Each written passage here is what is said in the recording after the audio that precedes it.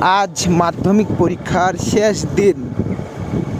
এখন বাজে বিকাল 3টে। রাস্তাঘাটের অবস্থাটা কীরকম হাল করে দিয়েছে মাধ্যমিকের স্টুডেন্টরা।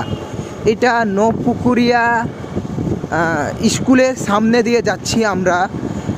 কাদের সেন্টার পড়েছে সেটা বলতে পারছি না। রাস্তায় এত পরিমাণ কাগজ ফেলে দিয়েছে, পুরো বন্যা বয়ে দিয়েছে রাস্তাটা, পুরো বন্যা, কাগজের বন্যা।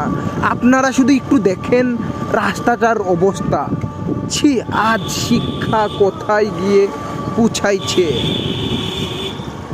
এত বাজে বেহাল করে দিয়েছে কাগজের টুকরোই।